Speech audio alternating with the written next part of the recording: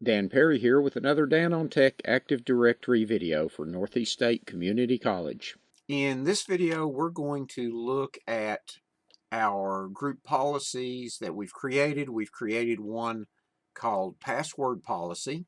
If I double click on it, it warns me we'd go to the group policy management console.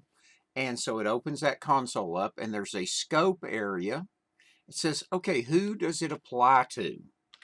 Well, it is going to apply to authenticated users. So basically any user that is in this organizational unit will have this policy applied to it, or any computers that are a member of that organizational unit.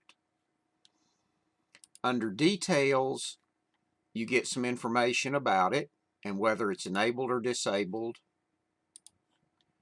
Settings gives you the ability to basically generate a report and see what's set. So under the settings, we've got details under general. So, okay, when was it created? When was it last modified? Under links, where is it linked to? Is it set to enforce? Is there any filtering on it? And right now it's authenticated users, so there's no actual filtering. Have I delegated who can work with it? Those are our general settings we're seeing. Under policies, there's computer and user, and nothing has been defined under the user side. I only defined under the computer side. So under Windows settings, security settings, I can show my account policies. So it's set for 10 passwords, 90 days. Says the minimum age is 0.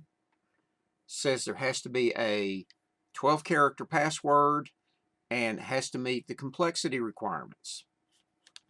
So if I hide that,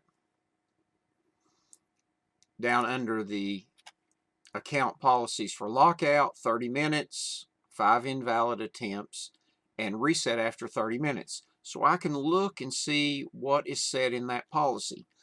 Notice that this policy doesn't have any settings in the user. I don't have policies that have settings in both. If I set something for a computer, I do not put anything in the user. It just makes it easier for me to keep track of whether a policy applies to computers or users. Thank you for watching this Dan on Tech video for Northeast State Community College. Please subscribe to this playlist so you don't miss future videos.